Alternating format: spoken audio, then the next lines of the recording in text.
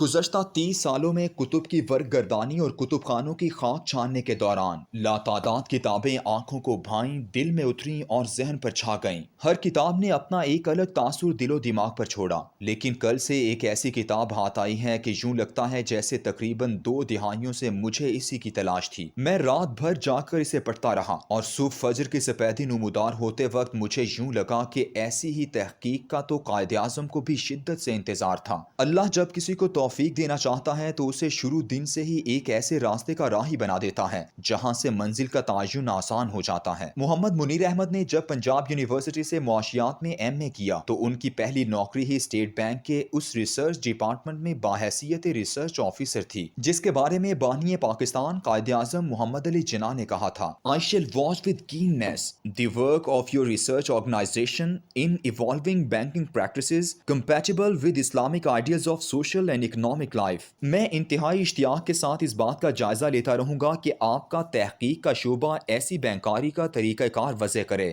جو اسلام کی معاشرتی اور معاشی زندگی سے ہم آہنگ ہو۔ قائد اعظم رحمۃ اللہ علیہ نے اسٹیٹ بینک کے افتتاح کے موقع پر یہ ذمہ داری 1 جولائی 1948 کو اسی ریسرچ ڈپارٹمنٹ کی لگائی تھی اور یہ ان کی آخری تقریر تھی، لیکن قائد اعظم کے اس خواب کو تعبیر اسٹیٹ بینک کے تحقیق کے شعبے کے ایک نابغہ روزگار شخص نے 72 سال کے بعد کیا۔ محمد منیر احمد کی یہ کتاب Madina economics the first economic system of mankind, معیشت مدینہ، انسانیت کا پہلا معاشی نظام، دراصل اس خواب کی تعبیر ہے جو نہ صرف قائد اعظم بلکہ تمام امت مسلمہ گزشتہ 200 سال سے دیکھ رہی ہے۔ تقریباً 300 صفحات پر مشتمل یہ کتاب ایک ایسے قاری کی علمی پیاس بجھاتی ہے جو لاتعداد کتابوں کی ورق گردانی اس شوق میں کرتا ہے کہ جدید معاشی نظام کے مقابلے میں اسلام کون سا متبادل نظام پیش کرتا ہے۔ مصنف کا سفر مغرب کے معاشی نظاموں کے وسیع مطالعے سے شروع ہوتا ہے، کیونکہ ان کی یونیورسٹی تعلیم ہی جدید سودی مالیاتی نظام سے متعلق تھی۔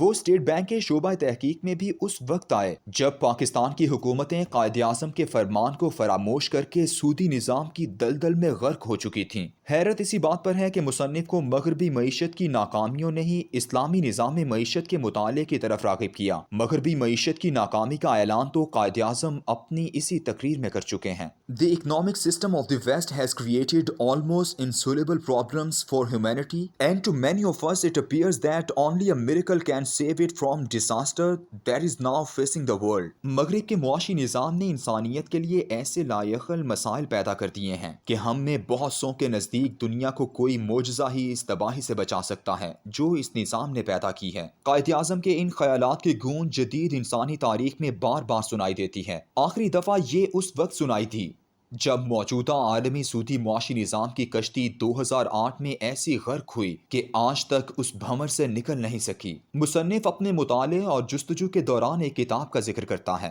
جس نے اسے ریاست مدینہ کی معیشت کی طرف متوجہ کیا۔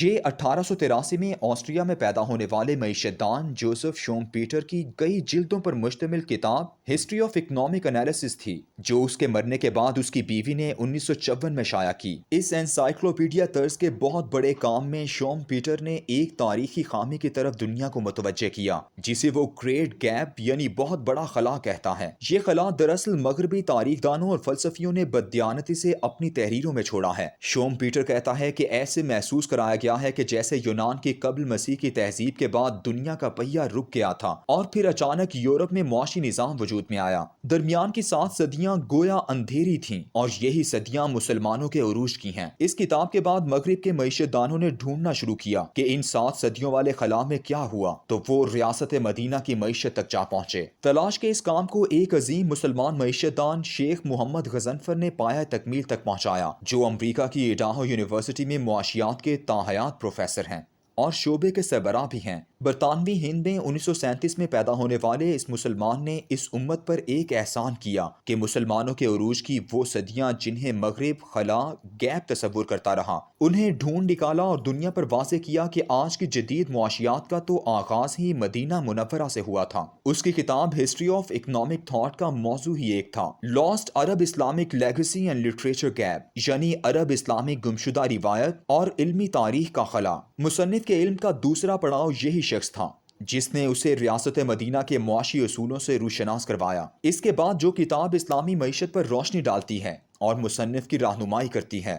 وہ مورس لمبارڈ کی کتاب دی گولڈن ایج آف اسلام ہے، جس میں وہ لکھتا ہے کہ 400 سال تک مسلمانوں کا سکہ دینار دنیا بھر کی مارکیٹ میں ایک سٹینڈرڈ کے طور پر کام کرتا رہا، اور یورپ کی مارکیٹوں کی تجارتی زبان بھی عربی تھی۔ یہ تمام کتابیں بنیادی علم فراہم کرتی تھیں، جن سے محمد منیر احمد نے سفر شروع کیا اور 11 سال کی محنت سے ایک ایسی کتاب تحریر کر دی جو بہت سے اذہان سے اس مایوسی کو ختم کر دیتی ہے کہ جو اس طرح کے سوالوں سے پیدا ہوتی ہے کہ اسلام کا معاشی نظام کیا ہے، کیسا ہے، اور کیا آج بھی یہ نافذ عمل ہے۔ یہ کتاب ایسے تمام سوالوں کا جواب ہے اور تحقیق کرنے والوں کو نئے راستے دکھاتی ہے۔ پاکستان ہی نہیں بلکہ مسلم امہ کی تاریخ میں 1905 میں علامہ اقبال رحمۃ اللہ علیہ نے ایک ایسی ہی کتاب تحریر کی تھی جس کا نام علم الاقتصاد تھا۔ وہ انگریزی میں لکھی گئی اور پھر علامہ اقبال نے اس کا اردو ترجمہ بھی خود ہی کیا۔ اس کتاب کے بعد اسلامی معیشت پر سب سے جامع کتاب یہ آئی ہے، یعنی تقریباً 105 سال بعد۔ اس دوران جتنی بھی کتب تحریر کی گئیں